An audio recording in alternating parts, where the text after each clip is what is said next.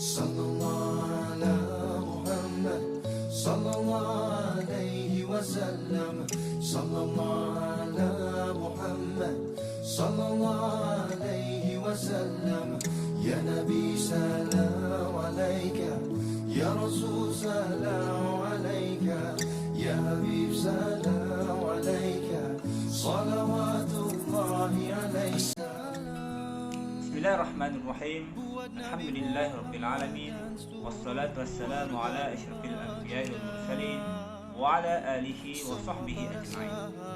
Amma ba'd. Assalamualaikum warahmatullahi taala wabarakatuh. Salam sejahtera, salam pengangkat. Yang berbahagia Encik Syah Nasir Stephen Maruson, Pesuruh Jaya Pengakap Daerah Kudat Sabah, yang berusaha penolong-penolong Pesuruh Jaya Pengakap Daerah Kudat, yang dihormati penceramah jemputan kita, rakan-rakan pengakap dan ahli-ahli pengakap di seluruh Sabah khasnya dan Malaysia amnya.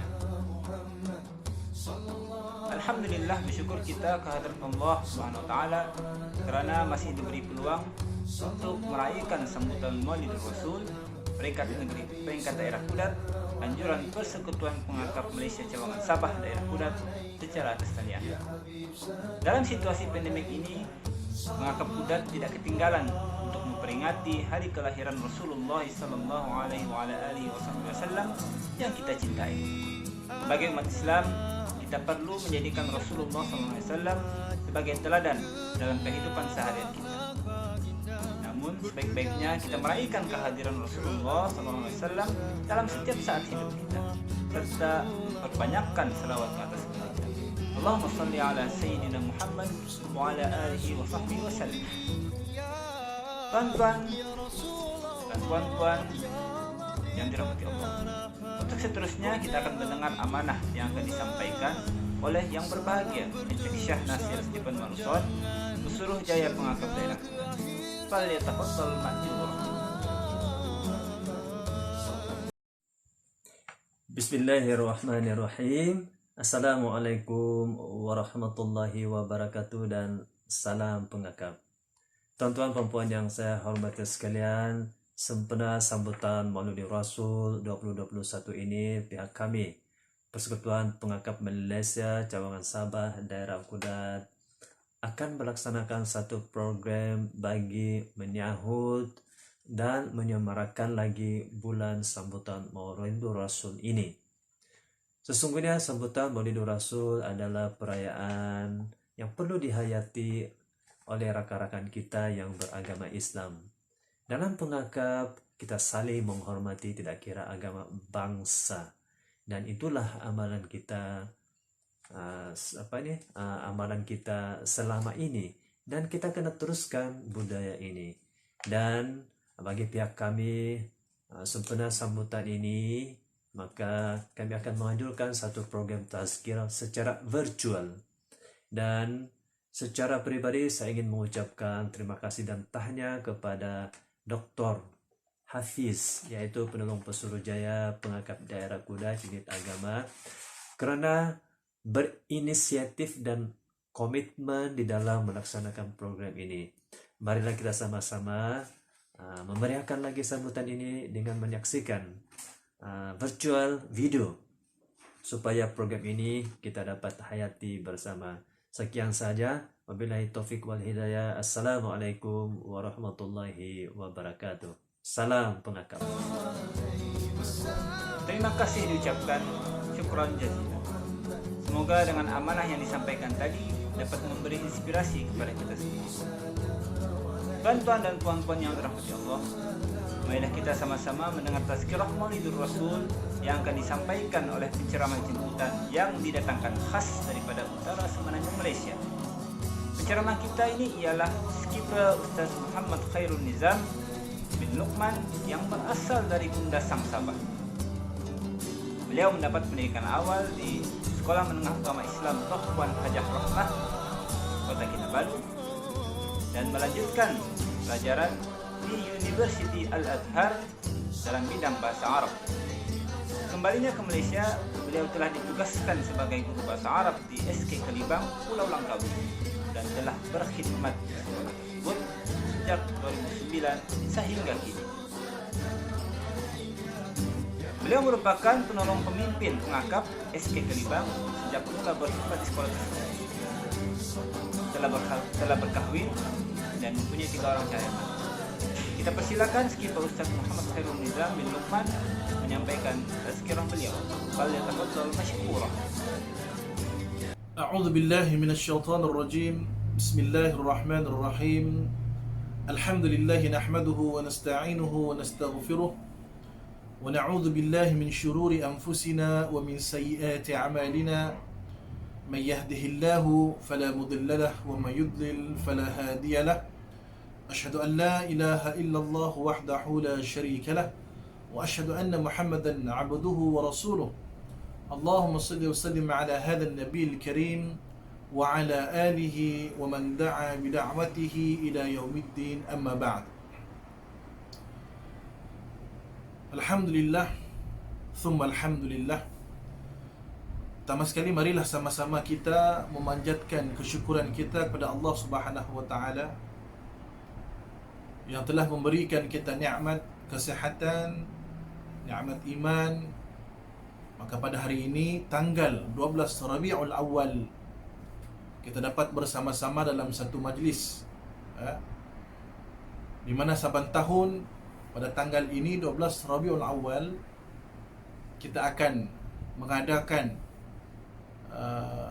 majlis Maulidur Rasul sallallahu alaihi wasallam. Maknanya kita memperingati sempena hari kelahiran Nabi sallallahu alaihi wasallam. Muslimin muslimat, anak-anak yang dirahmati Allah sekalian, insya-Allah kita akan bersama lebih kurang dalam 10 ke 15 minit.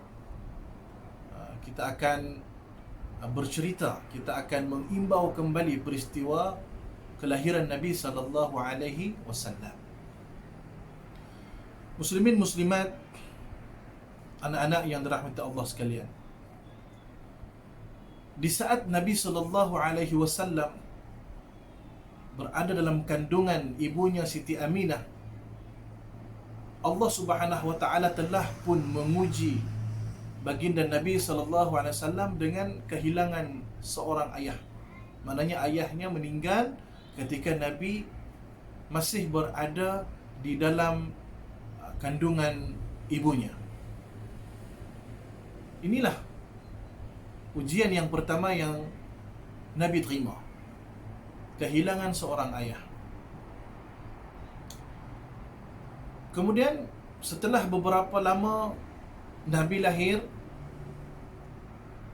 dan adat orang Arab pada ketika itu, orang Arab pada ketika itu apabila bayi lahir, mereka akan menghantar anak mereka, bayi tadi ni, anak-anak mereka ini ke kawasan pedalaman untuk disusukan, untuk dijaga di sana. Sebab apa memilih pendalaman? Sebab kawasan pendalaman ini adalah kawasan yang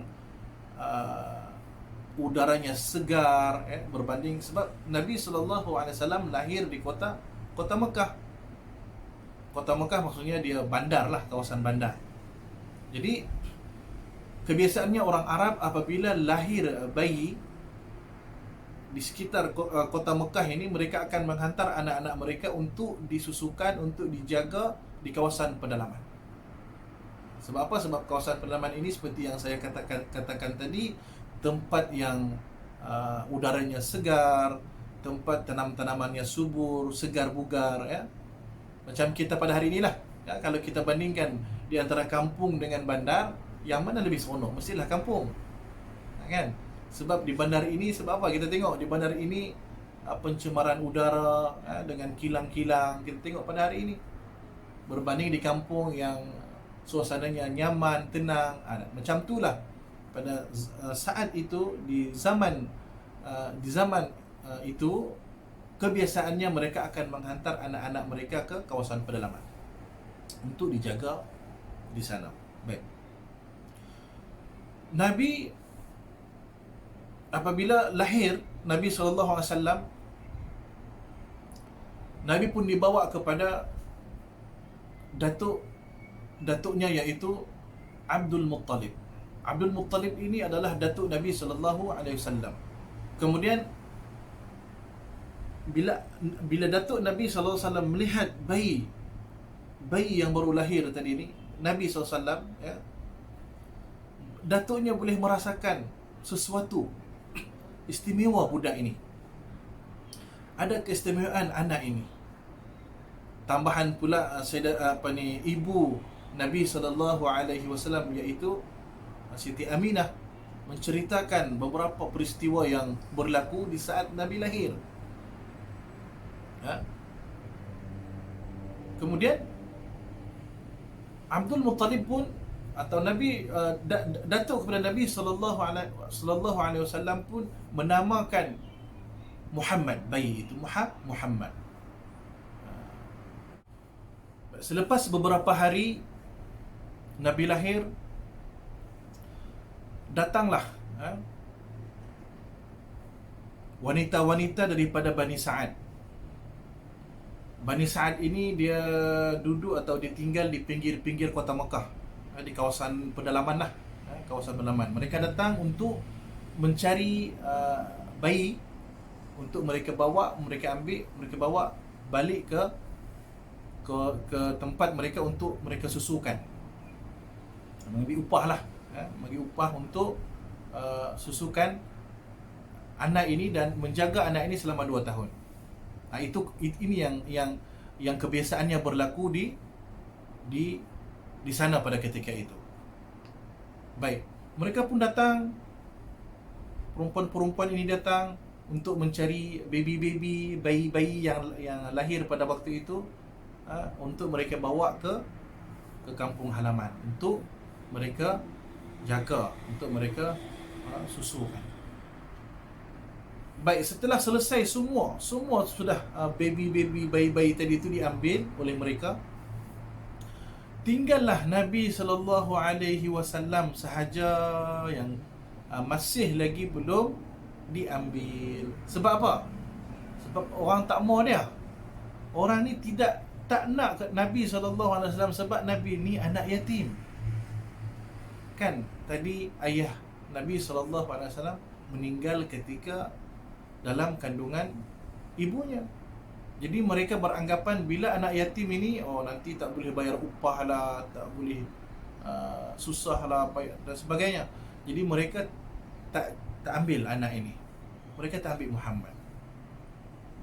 Kebetulan pada waktu itu nak dijadikan cerita, kebetulan pada ketika itu setelah semua sudah balik kembali, dah dapat anak, baby untuk mereka bawa, untuk mereka susukan, tinggal Nabi seorang yang masih belum ada orang yang menawarkan diri untuk mengambil Nabi sallallahu alaihi wasallam. Tiba-tiba datang Halimatus Sa'diyah dengan suaminya Harith. Mereka agak terlewat sampai dikala wanita-wanita yang lain ini, ibu-ibu yang lain ini sudah pun mendapatkan anak masing-masing untuk mereka bawa ke kampung. Mereka agak terlewat Halimatus Sa'diyah sebab unta yang mereka naiki itu sakit. Jadi mungkin agak terlewat sedikit lah. Dia tengok dah tidak ada sesiapa lagi anak di situ melainkan Nabi Muhammad sallallahu alaihi wasallam. Nak tak nak, dia kena ambil jugalah Nabi. Dia kena ambil jugalah Muhammad ini untuk mereka bawa, untuk mereka jaga, untuk mereka untuk Halimatus Sa'diyah ini susukan. Kemudian mereka pun ambillah Muhammad tadi, Nabi Muhammad sallallahu alaihi wasallam. Pada ketika itu belum Nabi lagi lah, masih baby. Apabila Halimatus Sa'diyah angkat bayi Muhammad ini, dengan serta-merta air susu Halimatus Sa'diyah ini jadi banyak. Ini adalah satu petanda bahawa anak yang sedang dipegang ini bukan anak yang sembarangan. Kita panggil irhas. Benda yang berlaku ke atas Nabi sebelum sebelum Nabi dilantik menjadi Nabi atau Rasul, kita panggil irhas. Setelah menjadi Nabi atau setelah dilantik menjadi Nabi, kemudian ada perkara-perkara yang berlaku di luar biasa yang berlaku, itu kita panggil mukjizat. Kalau orang alim kita panggil karamah. Jadi itu. Baik, apabila Nabi SAW dipegang oleh Halimatus Sa'diyah, pegang saja Nabi ini, air susu Halimatus Sa'diyah ini dia rasa jadi banyak. Masya Allah. Jadi banyak. Baik, kemudian apabila mereka nak balik ke kampung, bawa Nabi SAW, bawa bayi ini Muhammad, Nabi SAW, tiba-tiba binatang yang mereka naik tadi ni, yang sakit tadi ni, unta yang sakit tadi ni, jadi sihat. Masya Allah. Tadi yang pertama yang berlaku, bila diangkat Halimatus Sa'diyah, angkat sahaja Nabi SAW, susu dia menjadi banyak. Kemudian apabila mereka balik bawa Nabi SAW, unta yang mereka naik tadi ni, yang sakit tadi ni, menjadi sihat dan jalan laju pula tu. Masya Allah. Dia berjalan laju. Wanita-wanita tadi yang datang awal dan balik sebelum Halimatus Sa'diyah sampai, boleh pula Halimatus Sa'diyah dengan suami dia yang membawa Nabi SAW ini boleh potong mereka balik. Maknanya unta yang mereka naik itu boleh pula potong unta-unta yang dinaiki oleh wanita-wanita yang sampai dulu tadi ni, ambil bayi dan balik tadi ni. Jadi mereka terkejut, mereka hairan, ya. Dan apabila tiba sampai di perkampungan, di perkampungan mereka berlaku satu kemarau yang agak dahsyat jugalah. Kemarau menyebabkan tanam-tanaman pada ketika itu menjadi kering dan sebagainya, menjadi matilah, mati. Tetapi yang menghairankan, kawasan yang kering tadi, tanam-tanaman yang kering, mati dan sebagainya itu banyak. Sebelah, kata contohlah, ada petak-petak macam ni kawasan ni mati. Tiba-tiba di kawasan tanaman kebun Halimatus Sa'diyah ini, sayurnya tak kering, tak mati. Maksudnya sayurnya tumbuh dengan elok. Dan keadaan ini menyebabkan mereka keheranan,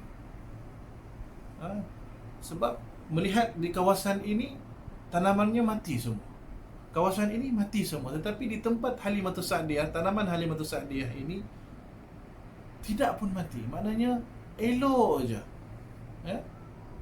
hidup dengan subur tanaman tersebut. Jadi mereka rasa pelik lah, pelik. Ada sesuatu yang berlaku pada keluarga Halimatus Sa'diyah. Dan mereka pun mengatakan bahawa asbab kepada bayi inilah rahmat ini turun dalam keluarga Halimatus Sa'diyah, menyebabkan keluarga Halimatus Sa'diyah kehidupan mereka semakin baik, mewah dan sebagainya. Baik, untuk mereka menjaga anak-anak ini, bayi ini, cukup 2 tahun mereka akan kena kembalikan anak ini kepada ibu si anak ini. Itu memang dia punya, kita kata, peraturan dia lah, ya. Mereka ambil untuk dijadikan anak susuan. Cukup 2 tahun mereka kena kembalikan anak itu kepada keluarga balik, keluarga si bayi tadi. Cukup 2 tahun. Apabila cukup 2 tahun, Halimatus Sa'diyah pun mengambil keputusan untuk membawa Nabi balik ke kota Mekah. Tetapi dia bawa Nabi ini bukan untuk menghantar atau memberikan Nabi kepada Siti Aminah, mak dia ni. Sepatutnya dia kena bagi, dia kena serah kepada Halimatus Sa'diyah, kena serahkan anak ini, Muhammad ini, kepada ibunya Siti Aminah, sebab cukup 2 tahun. Akan tetapi Halimatus Sa'diyah, dia dah sayang Nabi SAW, dan dia merasakan bertuah Nabi ada di dalam keluarga mereka. Sebab apabila Nabi datang di dalam keluarga mereka, menjadikan rezeki mereka bertambah, ternakan unta-unta jadi gemuk-gemuk, Masya Allah. Jadi dia sayang, dia tak sanggup nak berikan kepada Muhammad ini, tak sanggup berikan Muhammad ini kepada ibunya. Jadi dia pun mula bincang dengan Siti Aminah. Halimatus Sa'diyah berbincang, cuba bincang dengan Siti Aminah. Wahai Aminah, kalau boleh saya nak jaga lagi Muhammad.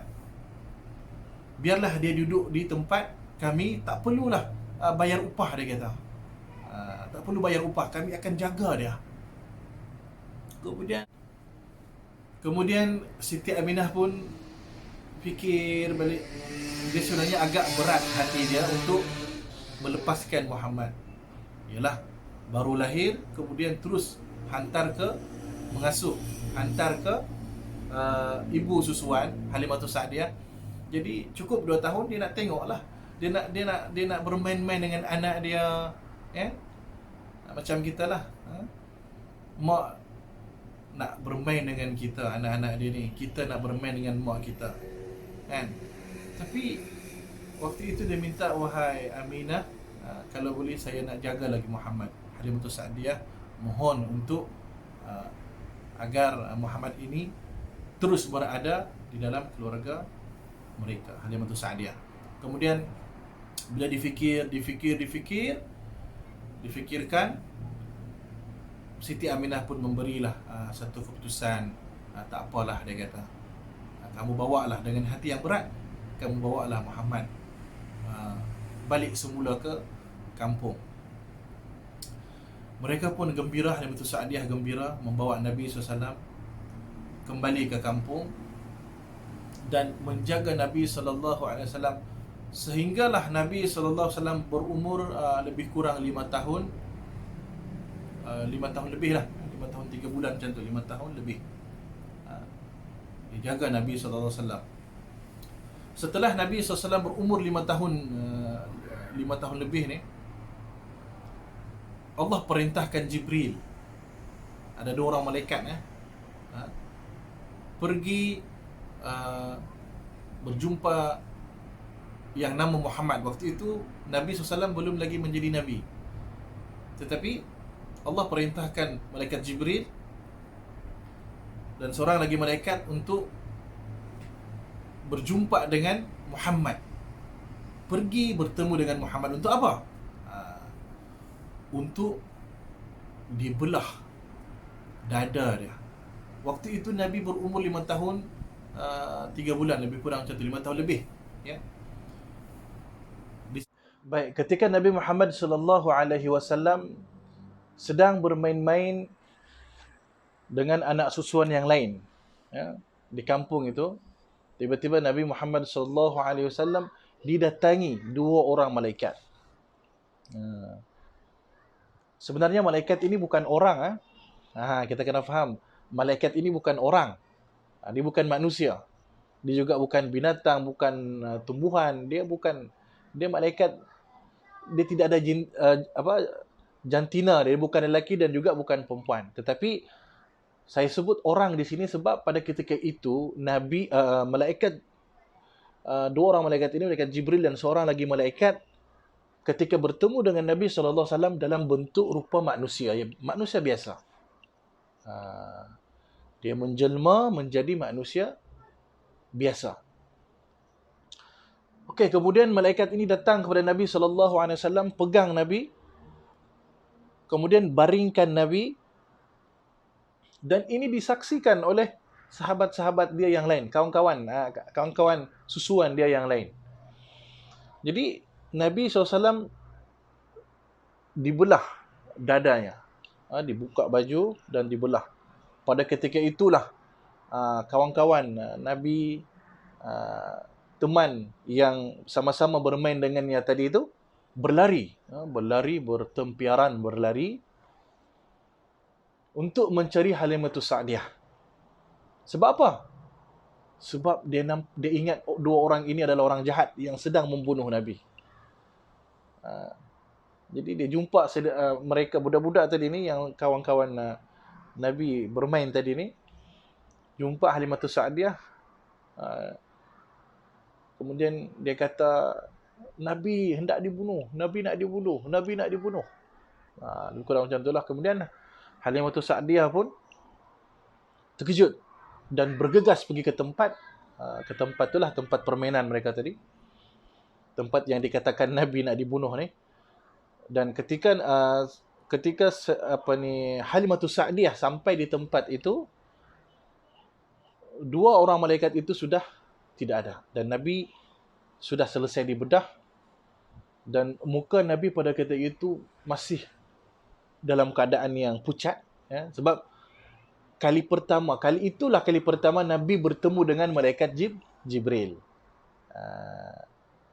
Sebab selepas ini, kalau kita terus lagi mengikuti cerita ini, malaikat Jibril ini akan menjadi teman Nabi SAW sampailah ke Isra' Mi'raj, bertemu dengan Allah Subhanahu wa Ta'ala.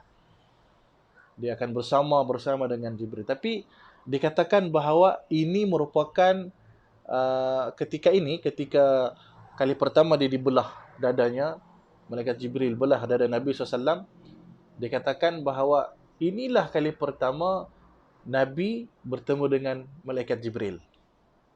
Samalah malaikat Jibril pun kali pertama bertemu dengan Nabi SAW. Jadi sampai di situ, Halimatus Sa'diyah pun tengok Nabi dalam keadaan pucat, dalam muka yang mungkin masih agak terkejut. Ya. Ialah, bayangkan umur baru 5 tahun lebih, didatangi dua orang yang hebat, ya, manusia biasa tapi nampak hebat, dua orang malaikat, dan baringkan Nabi dan belah dada dia. Di sini pelajaran dia, apa dia pelajaran yang kita dapat ketika Nabi dibelah dada dia? Malaikat membersihkan hati Nabi itu daripada segala kekotoran. Tidak, saya tidak katakan Nabi itu kotor hatinya, bukan, tidak. Tetapi itu simbolik. Nabi dibersihkan hatinya ini, ya.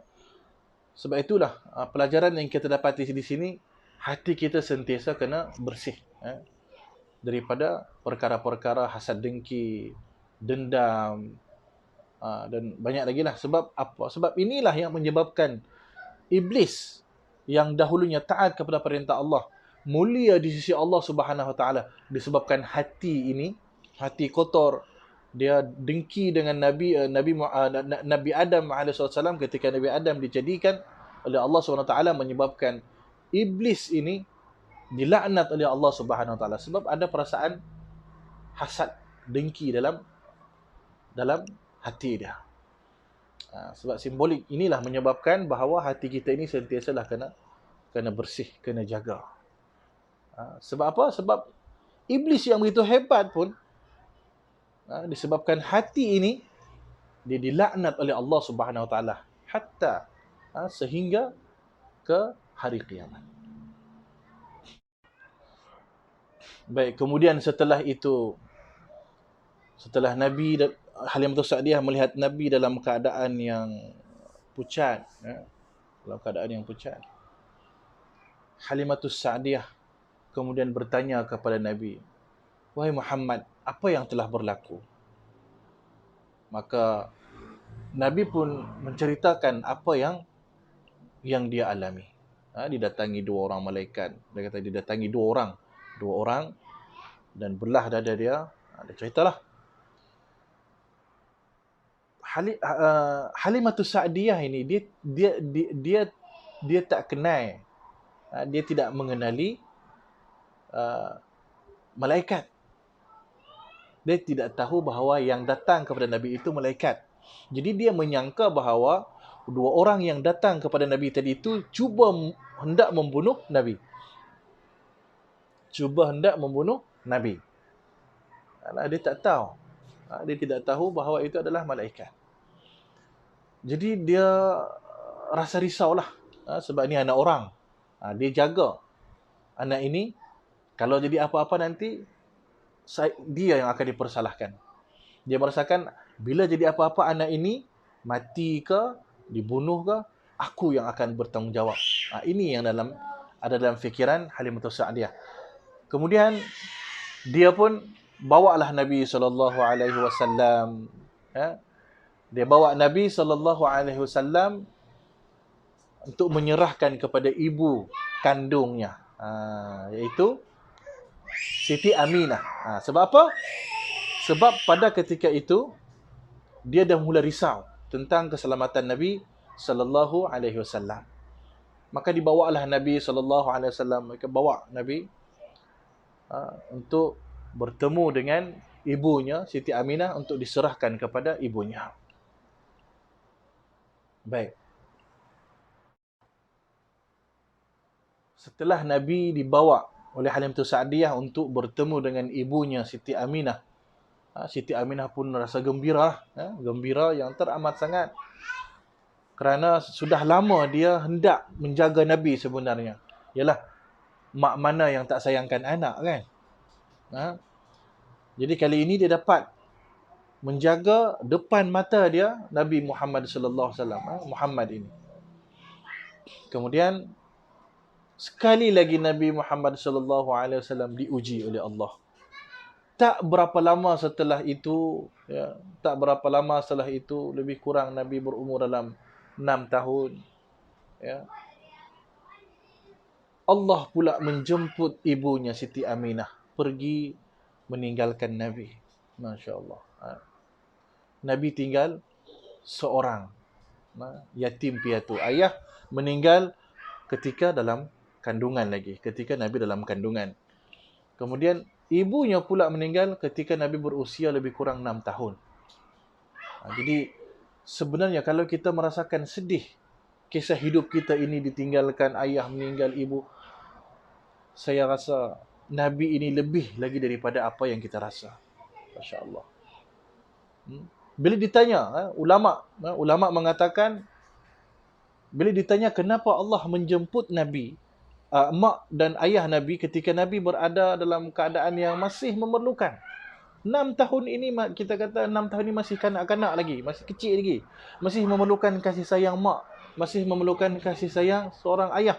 Tetapi kenapa Allah ambil begitu cepat sekali kedua orang tua Nabi Muhammad sallallahu alaihi wasallam? Kenapa? Sebenarnya ada hikmah. Ada hikmah kenapa Allah mengambil kedua orang tua Nabi SAW di saat Nabi memerlukan mereka. Masih kecil lagi.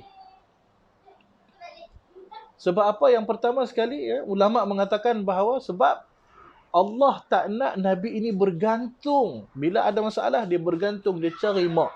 Bila ada masalah, dia cari ayah. Macam kita sekarang ni, macam kita, bila kita ada masalah, kita akan jumpa siapa? Kalau mak kita masih hidup, mak kita akan jumpa mak. Kita akan luahkan mak. Kita luahkan masalah kita kepada terhadap ayah kita, kepada mak kita. Kan? Jadi Allah tak nak Nabi ni, bila dia ada masalah, dia akan luah, dia akan minta pertolongan kepada mak atau ayah dia. Allah nak Nabi ni, nak mengajar Nabi supaya bila dia ada masalah, dia minta terus dengan Allah SWT. Dia luah dengan Allah SWT. Masya Allah. Ini hikmah. Supaya Nabi tidak bergantung, tidak ada kebergantungan kepada makhluk yang selain pada Allah SWT. Ini hikmah. Kenapa Allah tarik ayah dan mak Nabi SAW di saat Nabi sangat-sangat memerlukan, masih memerlukan mereka. Baik.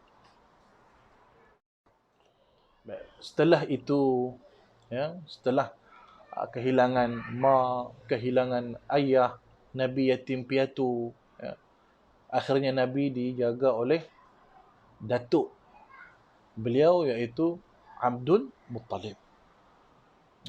Sekarang ini Abdul Muttalib menjaga Nabi.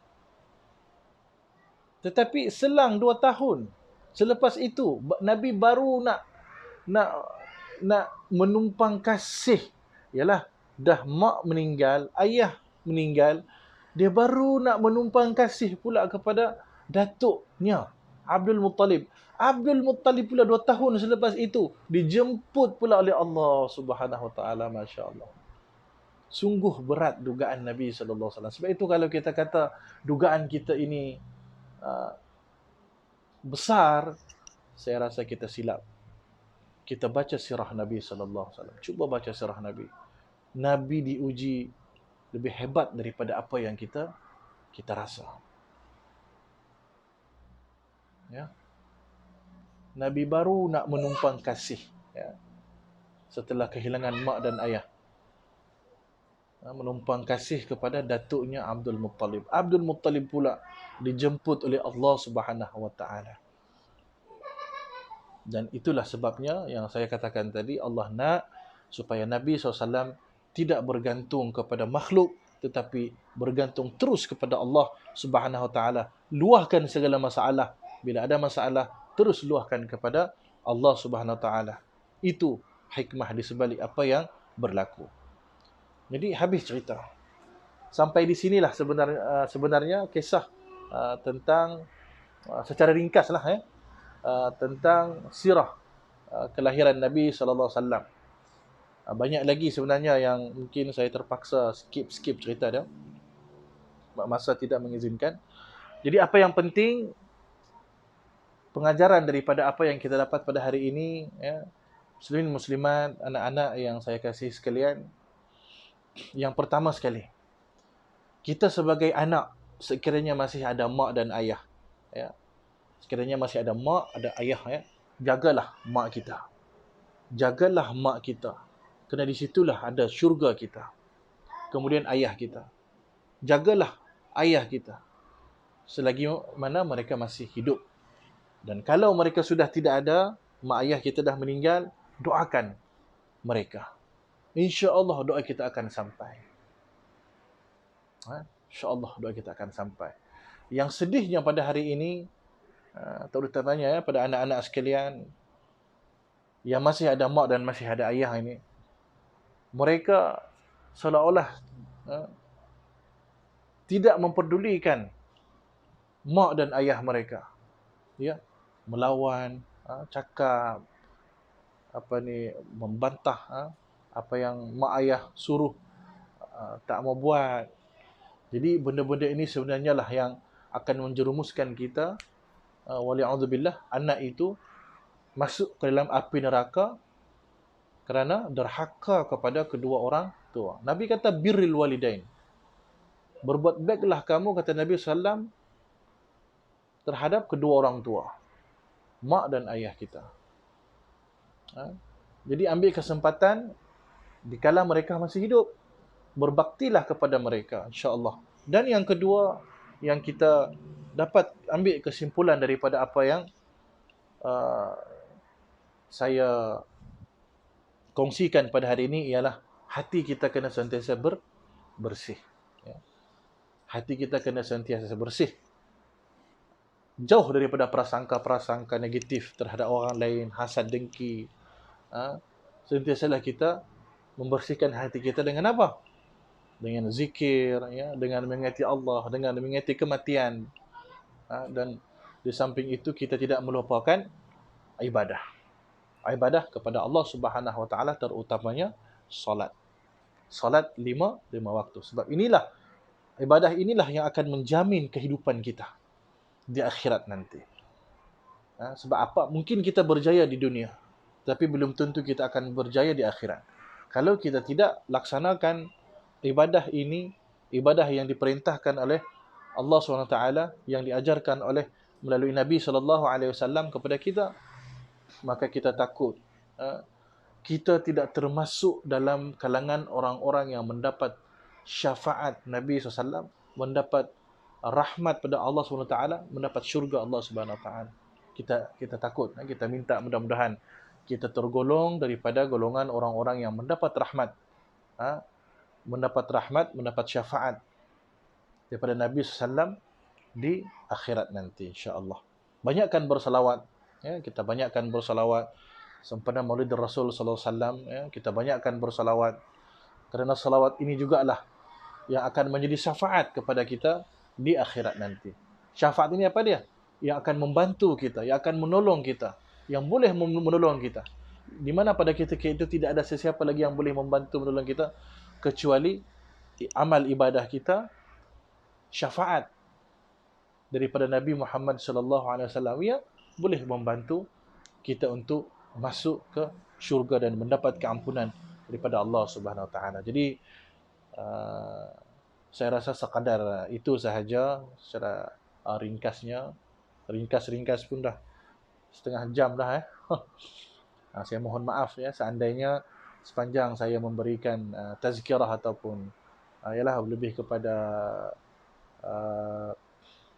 menceritakan kembali kisah di hari kelahiran Nabi SAW ini ada terkasar bahasa, tersilap kata, saya mohon maaf.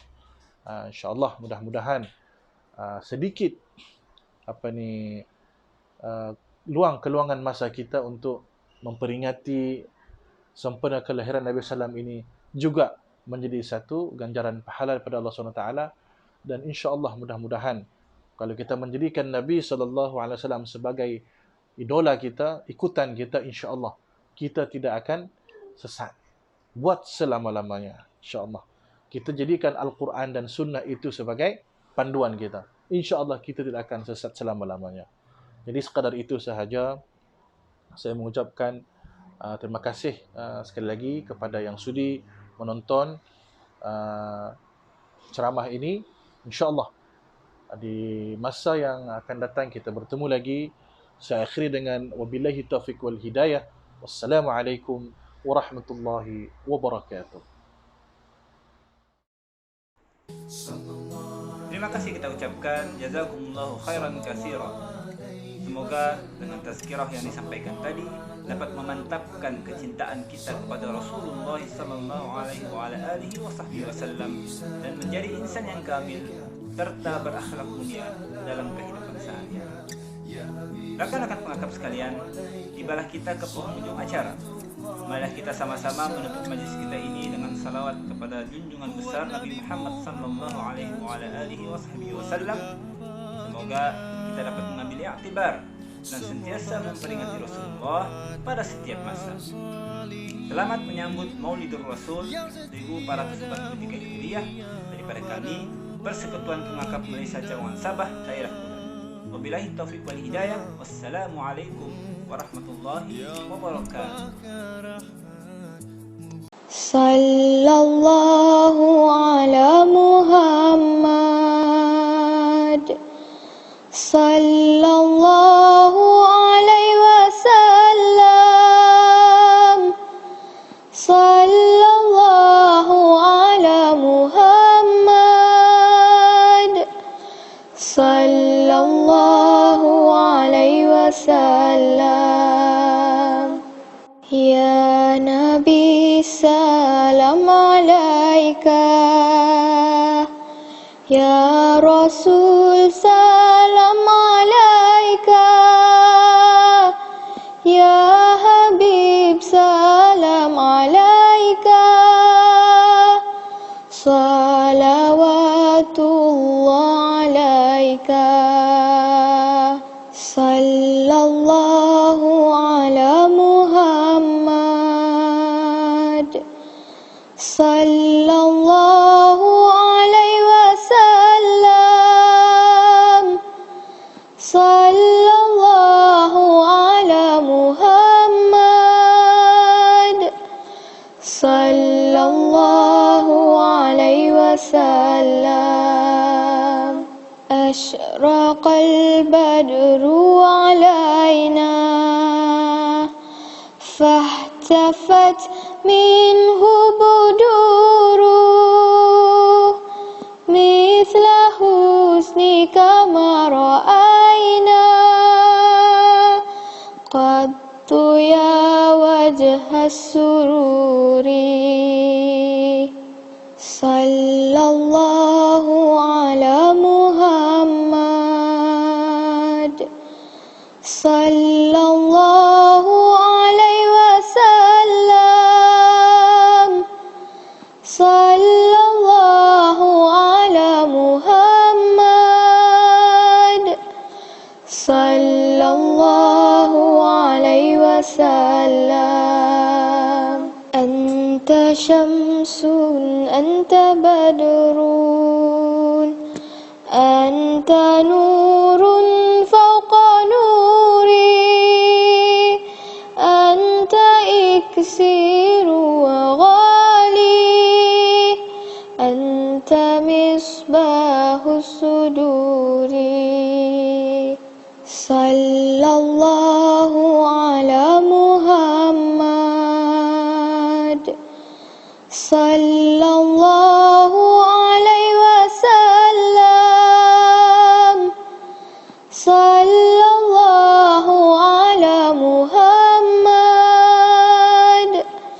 sallallahu alaihi wasallam. Ya Habibi ya Muhammad, ya urusal khafiqaini, ya muayyad ya mumajjad, ya imam al-qiblataini. Sallallahu ala Muhammad, sallallahu alaihi wasallam, sallallahu ala Muhammad, sallallahu alaihi wasallam.